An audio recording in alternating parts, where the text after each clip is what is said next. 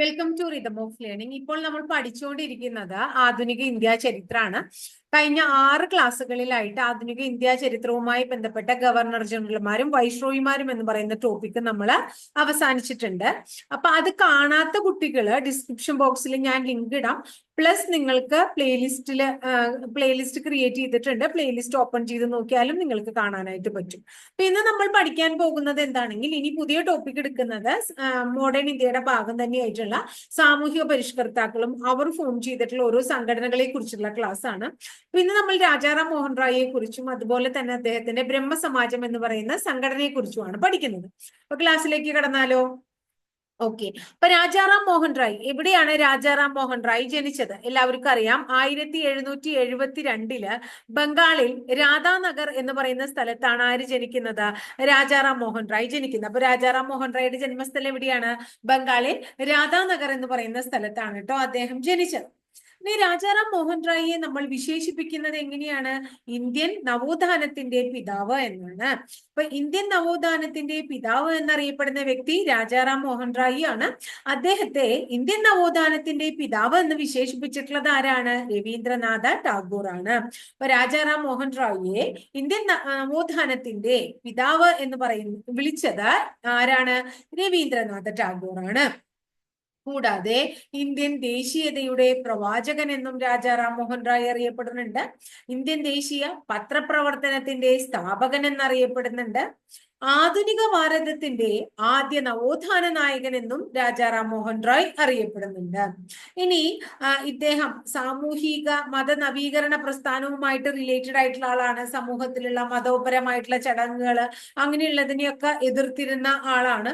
അതുകൊണ്ട് തന്നെ ഇന്ത്യൻ സാമൂഹിക മതനവീകരണ പ്രസ്ഥാനത്തിന്റെ നായകനെന്നും ഹിന്ദു മുസ്ലിം സമ്മിശ്ര സംസ്കാരത്തിന്റെ സന്താനമെന്നും ആരെ വിളിക്കുന്നു? രാജാറാം മോഹൻ റായിയെ വിളിക്കുന്നു. അപ്പൊ എന്തൊക്കെ വിശേഷണങ്ങളാ രാജാറാം മോഹൻ റായിക്കുള്ളതെന്ന് ഒന്നും കൂടെ പറയാം നമുക്ക്. ഇന്ത്യൻ നവോത്ഥാനത്തിന്റെ പിതാവാണ് രാജാറാം മോഹൻ റായ്. അദ്ദേഹത്തെ അങ്ങനെ വിളിച്ചത് രവീന്ദ്രനാഥ ടാഗോർ ആണ്. ആധുനിക ഭാരതത്തിന്റെ നവോത്ഥാന നായകൻ എന്നും ഇന്ത്യൻ ദേശീയതയുടെ പ്രവാചകൻ എന്നും രാജാറാം മോഹൻ റായ് അറിയപ്പെടുന്നു. ഇന്ത്യൻ ദേശീയ പത്രപ്രവർത്തനത്തിന്റെ സ്ഥാപകൻ, ഇന്ത്യൻ സാമൂഹിക മതനവീകരണ പ്രസ്ഥാനത്തിന്റെ നായകൻ, ഹിന്ദു മുസ്ലിം സമ്മിശ്ര സംസ്കാരത്തിന്റെ സന്താനം എന്നൊക്കെ അറിയപ്പെടുന്നത് രാജാറാം മോഹൻ റായ് തന്നെയാണ്. ഇന്ത്യയില് ആധുനിക വിദ്യാഭ്യാസത്തിന്റെ ആദ്യത്തെ പ്രവാചകൻ എന്നും അദ്ദേഹത്തെ വിളിക്കുന്നു. ഇന്ത്യയിൽ ആധുനിക വിദ്യാഭ്യാസത്തിന്റെ ആദ്യത്തെ പ്രവാചകൻ എന്നും അദ്ദേഹത്തെ വിളിക്കുന്നുണ്ട്. ഇനി ഇദ്ദേഹം പറയാണ്, നമ്മുടെ ഇവിടെ സ്വാതന്ത്ര്യം കിട്ടാത്തതിന്റെയും അല്ലെങ്കിൽ ഇന്ത്യയിലുള്ള ആൾക്കാരുടെ ഒരു ഐക്യമില്ലായ്മയുടെയും പ്രധാന കാരണം എന്താണെന്ന് അദ്ദേഹം അന്നത്തെ കാലത്ത് പറഞ്ഞത് ജാതി സമ്പ്രദായമാണെന്നാണ്. അപ്പൊ ജാതി സമ്പ്രദായമാണ് ഇന്ത്യക്കാർക്കിടയിലെ അനൈക്യത്തിന്റെ ഉറവിടമെന്ന് പറഞ്ഞതും ആരെന്നെയാണ്? രാജാറാം മോഹൻ റായ് തന്നെയാണ് കേട്ടോ.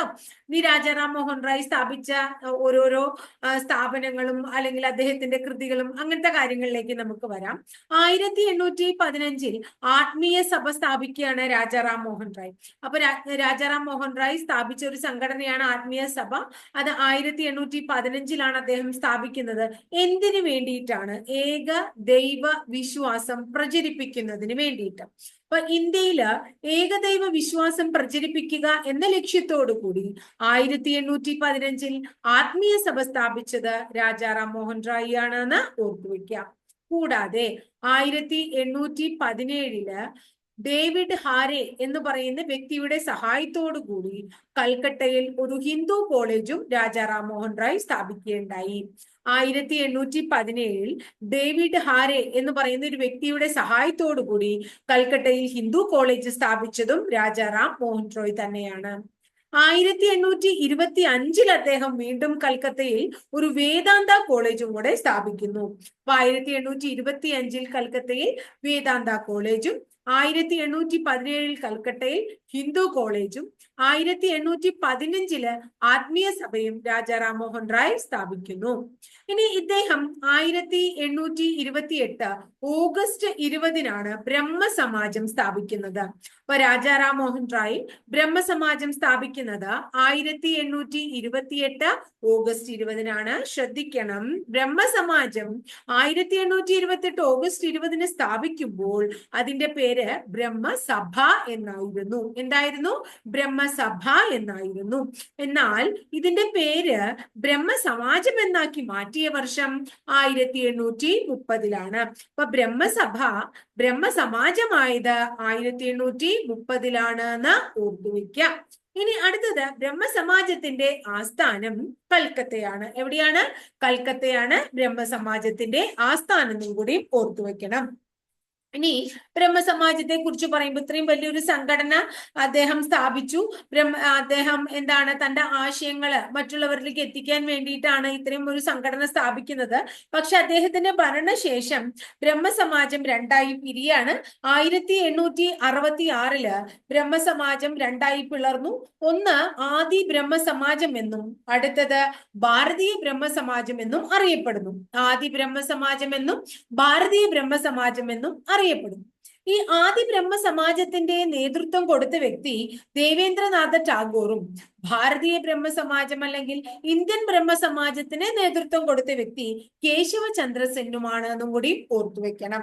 ഇനി അടുത്തത് കേരളത്തിലും ബ്രഹ്മസമാജത്തിന് വളരെയധികം പ്രചരണം ഉണ്ടാവുകയുണ്ടായി.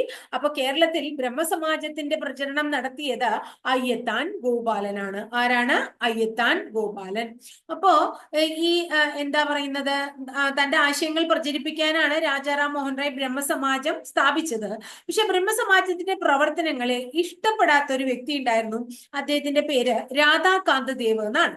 അപ്പൊ ബ്രഹ്മസമാജത്തിന്റെ പ്രവർത്തനങ്ങളെ എതിർത്തുകൊണ്ട് ധർമ്മസഭ എന്ന സംഘടന സ്ഥാപിച്ചത് രാധാകാന്ത് ദേവാണെന്നും കൂടി ഓർത്തുവയ്ക്കാം. ബ്രഹ്മസമാജത്തിന്റെ പ്രവർത്തനങ്ങളെ എതിർത്തുകൊണ്ട് ധർമ്മസഭ എന്ന സംഘടന സ്ഥാപിച്ചത് രാധാകാന്ത് ദേവാണ്. ഇനി നിങ്ങൾ ബ്രഹ്മസമാജം തന്നെ നമ്മളിപ്പോ നേരത്തെ പറഞ്ഞു ആദി ബ്രഹ്മസമാജം, അതുപോലെ ഭാരതീയ ബ്രഹ്മസമാജം, അതുപോലെ സാധാരണ ബ്രഹ്മസമാജം എന്ന് പറയുന്ന ഒരു സംഗതിയുണ്ട്. അതും ഒരു സംഘടനയാണ്. ഈ സാധാരണ ബ്രഹ്മസമാജം സ്ഥാപിച്ചത് 1878-ലാണ്. അത് ആനന്ദ മോഹൻ ബോസും ശിവാനന്ദ ശാസ്ത്രിയും ചേർന്നാണ്. അപ്പൊ ആനന്ദ മോഹൻ ബോസും ശിവാനന്ദ ശാസ്ത്രിയും ചേർന്ന് സാധാരണ ബ്രഹ്മസമാജം സ്ഥാപിച്ചത് എന്ന് ഓർത്തു വെക്കാം. അത് 1878 എന്ന് മനസ്സിലാക്കി വെക്കാം. ഇനി അടുത്തത് വീണ്ടും നമ്മൾ ബ്രഹ്മസമാജം എന്ന് പറയുന്ന ടോപ്പിക്കോടെ നിർത്തി രാജാറാം മോഹൻ റായിലേക്ക് വരികയാണ്. ഇദ്ദേഹം നമ്മൾ പറയണ്ടായി നവോത്ഥാനത്തിന്റെ പിതാവാണ്, സാമൂഹിക മത നവീകരണ പ്രസ്ഥാനത്തിന്റെ നായകനാണെന്ന് അല്ലെ. അപ്പോ ഇദ്ദേഹം ചെയ്ത വളരെ നല്ലൊരു കാര്യമാണ് സതി നിർത്തലാക്കാൻ വേണ്ടി കുറേയധികം പരിശ്രമിച്ച ഒരു വ്യക്തിയാണ് അദ്ദേഹം. അന്നത്തെ നമ്മുടെ എന്താ പറയുന്നത് ബ്രിട്ടീഷ് ഒഫീഷ്യലായിരുന്ന വില്യം ബെന്റിക്കിന്റെ സഹായത്തോടു കൂടി 1829 ഡിസംബർ 4 സതി നിർത്തലാക്കുകയാണ്. അപ്പൊ സതി ഒഫീഷ്യലായിട്ട് ബാൻ ചെയ്തത് വില്യം ബെന്റിക്കാണ്. അതിനുവേണ്ടി സഹായങ്ങൾ നടത്തിയത് ആരാണ്? രാജാറാം മോഹൻ റായ് എന്ന സാമൂഹിക പരിഷ്കർത്താവാണ് എന്ന് ഓർത്തുവെക്കുക. നിർത്തലാക്കിയ വർഷം 1829 ഡിസംബർ 4 മനസ്സിലാക്കണം. ഇനി ഇദ്ദേഹം ഇംഗ്ലണ്ട് സന്ദർശിച്ച ആദ്യത്തെ ഇന്ത്യക്കാരനാണ്. അക്ബർ ഷാ രണ്ടാമൻ എന്ന് പറയുന്ന വ്യക്തിയുടെ പ്രതിനിധിയായിട്ടാണ് ഇദ്ദേഹം ഇംഗ്ലണ്ട് സന്ദർശിക്കുകയും ചെയ്യുന്നത്. ഈ അക്ബർ ഷാ രണ്ടാമനാണ് രാജാറാം മോഹൻ റോയ്ക്ക് രാജ എന്ന ബഹുമതി നൽകുന്നത്, ആ പദവി നൽകുന്നത്, സ്ഥാനപ്പേര് നൽകുന്നത്. ഇപ്പൊ രാജാറാം മോഹൻ റോയ്ക്ക് മോഹൻ റോയ് എന്ന പേരേ ഉണ്ടായുള്ളൂ. രാജ എന്ന പദവി നൽകിയത് ആരാണ്? അക്ബർ ഷാ സെക്കൻഡ് ആണ് എന്ന് ഓർത്തുവെക്കണം. ഇനി 1833 ഇദ്ദേഹം ബ്രിസ്റ്റൽ എന്ന് പറയുന്ന സ്ഥലത്ത്, ഇംഗ്ലണ്ടില് ബ്രിസ്റ്റൺ എന്ന് പറയുന്ന സ്ഥലത്ത് ഇദ്ദേഹം മരണപ്പെടുകയാണ്. അദ്ദേഹത്തിന്റെ അന്ത്യവിശ്രമ സ്ഥലം അർണോസ് വാലേ ശ്മശാനം ബ്രിസ്റ്റലിൽ തന്നെയാണ് കേട്ടോ.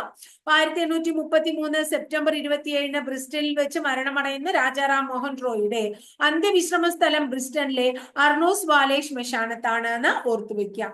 ഇനി ഇദ്ദേഹം എന്താണ്, നല്ലൊരു പത്രാധിപനാണ്. അദ്ദേഹം പത്രങ്ങളൊക്കെ ആരംഭിച്ചിട്ടുണ്ട്. അങ്ങനെ അദ്ദേഹം ആരംഭിച്ച വളരെ പ്രധാനപ്പെട്ട ഒരു ബംഗാളി ഭാഷയിലുള്ള പത്രം സംവാദ് കൗമുദിയാണ്. അപ്പൊ സംവാദ് കൗമുദി എന്ന് പറയുന്ന പത്രം ആരംഭിച്ചത് രാജാറാം മോഹൻ റോയ് ആണ്. പലപ്പോഴും ചോദിച്ചിട്ടുള്ള ഒരു ചോദ്യമാണ്. 1821 സംവാദ് കൗമുദി ആരംഭിക്കുന്നത് എന്ന് ഓർക്കാം. ഇനി 1822 അദ്ദേഹം, നമ്മള് നേരത്തെ പറഞ്ഞു സംവാദ് കൗമുദി ബംഗാളി ഭാഷയിലാണ്, ഇപ്പൊ പറയാണ് പേർഷ്യൻ ഭാഷയിൽ ഒരു കൃതി രചിക്കുകയാണ്. പേർഷ്യൻ ഭാഷയിൽ പത്രത്തിന്റെ പേര് മിറാദുൽ അക്ബർ എന്നാണ്. അപ്പൊ അദ്ദേഹം പേർഷ്യൻ ഭാഷയിൽ രചിച്ച കൃതി മിറാദുൽ അക്ബർ എന്നാണ്. ഇനി അതുപോലെ തന്നെ ബംഗദൂത് എന്ന് പറയുന്ന ഒരു പ്രസിദ്ധീകരണത്തിന്റെ ഉടമയും ആരന്നെയാണ്? രാജാറാം മോഹൻ റോയ് തന്നെയാണ്. ഇനി തന്റെ ആശയങ്ങൾ പ്രചരിപ്പിക്കാൻ ബ്രഹ്മസമാജം എന്ന് പറയുന്ന സംഘടന ആരംഭിച്ച പോലെ തന്നെ യൂണിറ്റേറിയൻ അസോസിയേഷൻ എന്ന് പറയുന്ന ഒരു സംഘടന കൂടി ആരംഭിക്കുകയുണ്ടായി? രാജാറാം മോഹൻ റോയ് ആരംഭിക്കുകയുണ്ടായി. അപ്പൊ യൂണിറ്റേറിയൻ അസോസിയേഷന്റെ സ്ഥാപകനും രാജാറാം മോഹൻ റോയ് ആണ്. പക്ഷേ വില്യം ആദം എന്ന് പറയുന്ന വ്യക്തിയും കൂടെ അത് ആ സംഘടന തുടങ്ങാനുണ്ടായി എന്ന് ഓർക്കണം. അപ്പൊ യൂണിറ്റേറിയൻ അസോസിയേഷൻ വില്യം ആദം എന്ന് പറയുന്ന വ്യക്തിയുടെ സഹായത്തോടു കൂടി തന്റെ ആശയങ്ങൾ പ്രചരിപ്പിക്കുന്നത് രാജാറാം മോഹൻ റോയ് ആരംഭിച്ച സംഘടനയാണ് എന്ന് നമ്മൾ ഓർത്തു വെക്കണം. ഇനി അടുത്തത് ഈസ്റ്റ് ഇന്ത്യ കമ്പനിയുടെ ഒരു ഉദ്യോഗസ്ഥൻ അല്ലെങ്കിൽ ഗുമസ്തനായിരുന്നു എന്ന് മനസ്സിലാക്കണം. അദ്ദേഹം ഈസ്റ്റ് ഇന്ത്യ കമ്പനിയുടെ ഒരു ഉദ്യോഗസ്ഥനായിരുന്ന സാമൂഹിക പരിഷ്കർത്താവ് കൂടിയാണ് ആര്? രാജാറാം മോഹൻ റോയ്. നമ്മുടെ ഭഗവത്ഗീത ബംഗാളി ഭാഷയിലേക്ക് ഇദ്ദേഹം വിവർത്തനം ചെയ്തിട്ടുണ്ട് എന്ന് ഓർത്തുവെക്കുക കേട്ടോ. അതുപോലെ തന്നെ ജാതി വ്യവസ്ഥയ്ക്ക് എതിരായി പ്രവർത്തിച്ചിരുന്ന വ്യക്തിയാണ് രാജാറാം മോഹൻ റോയ്. ജാതി വ്യവസ്ഥയെ എതിർക്കുന്ന വളരെ പ്രശസ്തമായിട്ടുള്ള ഒരു നാടകമുണ്ട്, വജ്രസൂചി എന്നാണ് ആ നാടകത്തിന്റെ പേര്. ആ നാടകം ബംഗാളി ഭാഷയിലേക്ക് വിവർത്തനം ചെയ്തതും ആര് തന്നെയായിരുന്നു? രാജാറാം മോഹൻ റോയ് തന്നെയായിരുന്നു. അപ്പോ എന്താണ് ജാതി വ്യവസ്ഥയെ എതിർക്കുന്ന വജ്രസൂചി എന്ന് പറയുന്ന നാടകം ബംഗാളി ഭാഷയിലേക്ക് തർജ്ജമ ചെയ്തു. ഇനി പറയാണ് ഇദ്ദേഹം വളരെ പ്രശസ്തമായിട്ടുള്ള കുറച്ച് കൃതികൾ രചിച്ചിട്ടുണ്ട്. അതിലെ പ്രധാനപ്പെട്ട ഒരു കൃതി ദ പ്രിസെപ്റ്റ്സ് ഓഫ് ജീസസ് എന്നുള്ളതാണ്. ദ പ്രിസെപ്റ്റ്സ് ഓഫ് ജീസസ് എന്ന് പറഞ്ഞാൽ ജീസസിന്റെ കൽപ്പനകൾ എന്നർത്ഥം. അപ്പൊ ജീസസിന്റെ കൽപ്പനകൾ അല്ലെങ്കിൽ ദ പ്രിസെപ്റ്റ്സ് ഓഫ് ജീസസ്. അതുപോലെ തന്നെ തുഹ്ഫത്ത് ഉൽ മുവാഹിദീൻ, തുഹ്ഫത്ത് ഉൽ മുവാഹിദീൻ അതായത് ഏക ദൈവ വിശ്വാസിക്കൊരു ഉപഹാരം. അടുത്തത് വേദാന്ത ഗ്രന്ഥം. ഇതൊക്കെ തന്നെ രാജാറാം മോഹൻ റോയുടെ പ്രശസ്തമായിട്ടുള്ള കൃതികളാണ് എന്ന് ഓർക്കുക. The precepts of Jesus, Tuhfatul Muwahhidin, വേദാന്ത ഗ്രന്ഥം എന്നിവ രചിച്ചത് രാജാറാം മോഹൻ റോയ് ആണ്. ഇനി അടുത്തത് രാജാറാം മോഹൻ റോയിയെ കുറിച്ച് പറയാനുള്ള വേറൊരു കാര്യം, രാജാറാം മോഹൻ റോയുടെ ആശയങ്ങളിൽ വളരെ ആകർഷകനായിട്ടുള്ള വേറൊരു വ്യക്തിയാണ് ദേവേന്ദ്രനാഥ ടാഗോർ. അപ്പൊ ഈ രാജാറാം മോഹൻ റോയുടെ ആശയങ്ങൾ പ്രചരിപ്പിക്കാൻ ദേവേന്ദ്രനാഥ ടാഗോർ ഒരു സംഘടന ആരംഭിച്ചു. അതിന്റെ പേര് തത്വബോധിനി സഭ എന്നാണ്. എന്താണ്? തത്വബോധിനി സഭ എന്നാണ്. അതും കൂടെ ഓർത്തു വെക്കണം കേട്ടോ. ഇനി അടുത്തത് രാജാറാം മോഹൻ റോയുടെ ആശയങ്ങൾ പ്രചരിപ്പിക്കാൻ തത്വബോധിനി സഭ ആരംഭിച്ചു. അപ്പൊ ഇതിൽ നിന്നൊക്കെ നമ്മൾ മനസ്സിലായി, അതായത് മതനവീകരണത്തിന് വേണ്ടിയിട്ടും സാമൂഹിക രീതിയിലുള്ള വളർച്ചയ്ക്ക് വേണ്ടിയിട്ടും വളരെയധികം പ്രയത്നങ്ങൾ ചെയ്തിട്ടുള്ള ഒരു വ്യക്തിയാണ്. അതുകൊണ്ട് തന്നെ മതങ്ങളെ താരതമ്യം ചെയ്ത് പഠിച്ച ആദ്യ അന്വേഷകൻ എന്ന് രാജാറാം മോഹൻ റോയിയെ ഒരു വ്യക്തി വിശേഷിപ്പിക്കുകയുണ്ടായി. അദ്ദേഹത്തിന്റെ പേര് മോണിയർ വില്യംസ് എന്നാണ്. അപ്പൊ മോണിയർ വില്യംസ് എന്ന് പറയുന്ന വ്യക്തി രാജാറാം മോഹൻ റോയിയെ എങ്ങനെ വിശേഷിപ്പിച്ചു? മതങ്ങളെ താരതമ്യം ചെയ്ത് പഠിച്ച ആദ്യ അന്വേഷകൻ എന്ന് വിശേഷിപ്പിച്ചു. അപ്പൊ ഇത്രയാണ് നമ്മുടെ രാജാറാം മോഹൻ റോയിയെ കുറിച്ച് നമുക്ക് പഠിക്കാനുള്ളത്. അപ്പൊ രാജാറാം മോഹൻ റോയിയെ കുറിച്ചും ബ്രഹ്മസമാജത്തെ കുറിച്ചും അദ്ദേഹം ആരംഭിച്ച മറ്റ് സംഘടനകളെ കുറിച്ചൊക്കെ നമ്മൾ പഠിക്കേണ്ടായി. അതാണ് ഇന്നത്തെ ക്ലാസ്സിൽ. ഇനി ഇതുപോലെ തന്നെ ഓരോ സാമൂഹിക പരിഷ്കർത്താക്കളും അവരുടെ സ്ഥാപനങ്ങളും ആയിരിക്കും, അല്ലെങ്കിൽ അവർ ആരംഭിച്ചിട്ടുള്ള സംഘടനകളും ആയിരിക്കും നമ്മൾ അടുത്ത തുടർന്ന് വരുന്ന ക്ലാസ്സുകളിൽ പഠിക്കാനായിട്ട് പോകുന്നത്. അപ്പൊ ഒരു ഒഴുക്കോട് കൂടിയിട്ട് നമ്മൾ ഓരോ ടോപ്പിക്കുകൾ പഠിച്ചു തീർക്കാൻ വെച്ചാൽ കുറച്ചും കൂടി നമുക്ക് എളുപ്പമുണ്ടാവും അല്ലെ. അപ്പോൾ ഇന്നത്തെ ക്ലാസ് നിങ്ങൾക്ക് ഇഷ്ടപ്പെട്ട് കാണുമെന്ന് വിചാരിക്കുന്നു. ഇഷ്ടപ്പെടുകയാണെങ്കിൽ നിങ്ങൾ ഒന്ന് ലൈക്ക് ചെയ്യണം. അതുപോലെ നിങ്ങളുടെ ഇഷ്ടപ്പെട്ട ക്ലാസ്സുകൾ നിങ്ങളുടെ കൂട്ടുകാരിലേക്ക് ഒന്ന് മാക്സിമം ഷെയർ ചെയ്ത് കൊടുക്കാൻ ശ്രമിക്കണം. ആദ്യമായിട്ട് ചാനൽ കാണുന്ന കുട്ടികളാണ്, ഞാൻ ഓരോ ദിവസവും അപ്ലോഡ് ചെയ്യുന്ന വീഡിയോസ് കൃത്യമായിട്ട് നോട്ടിഫിക്കേഷൻ രൂപത്തിൽ കിട്ടുകയും വേണമെങ്കിൽ നിങ്ങൾ എന്റെ ചാനൽ ഒന്ന് സബ്സ്ക്രൈബ് ചെയ്യുക. സബ്സ്ക്രൈബ് ചെയ്യുന്നതോടൊപ്പം ആ ബെൽ ബട്ടൺ കൂടി ഒന്ന് ക്ലിക്ക് ചെയ്യണം കേട്ടോ. അപ്പൊ ഞാൻ ഓരോ ദിവസം അപ്ലോഡ് ചെയ്യുന്നത് കൃത്യമായിട്ട് നോട്ടിഫിക്കേഷൻ രൂപത്തിൽ വരികയും ചെയ്യും. അപ്പൊ അടുത്ത ദിവസം വളരെ നല്ലൊരു ടോപ്പിക്കുമായി നമുക്ക് വീണ്ടും കാണാം കേട്ടോ.